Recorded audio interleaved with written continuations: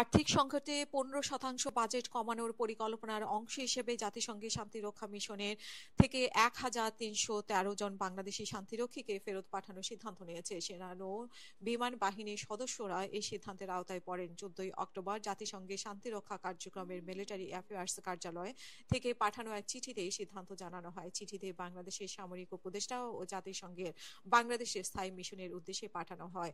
ওএমএ এর ভারপ্রাপ্ত সামরিক উপদেষ্টা লেফটেন্যান্ট জেনারেল শেরিল পিয়ার্সের পক্ষ থেকে পাঠানো ওই চিঠিতে স্বাক্ষর করেন chief of staff captain lonely fields junior এবং খসড়া প্রস্তুত করেন লেফটেন্যান্ট কর্নেল মোহাম্মদ তানভীর আলম, যিনি বর্তমানে সংস্থাটির মিলিটারি পিস অপারেশন সাপোর্টের শাখার প্রধান হিসেবে দায়িত্ব পালন করেন। চিঠিতে বলা হয় যে জাতিসংঘ মহাসচিবের নির্দেশে শান্তিরক্ষা কার্যক্রমে চলমান আর্থিক সংকটের কারণে 15% বাজেট হ্রাসের পরিকল্পনা বাস্তবায়ন করা হচ্ছে।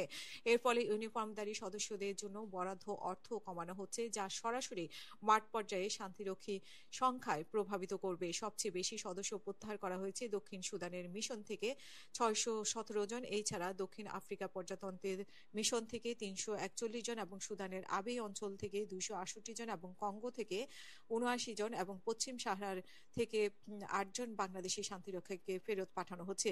চিঠিতে জাতিসংঘ সদর দপ্তর বাংলাদেশের স্থায়ী মিশনকে আশ্বস্ত করেছে যে সিদ্ধান্তটি কেবল আর্থিক সংকটজনিত, পরিকল্পনায় কোনো পরিবর্তন এলে তা দ্রুত জানানো হবে। পাশাপাশি শান্তি ও সহযোগিতায় অভিন্ন লক্ষ্য বাস্তবায়নে বাংলাদেশের সঙ্গে ঘনিষ্ঠ সম্পর্ক বজায় রাখার অঙ্গীকার করা হয়েছে।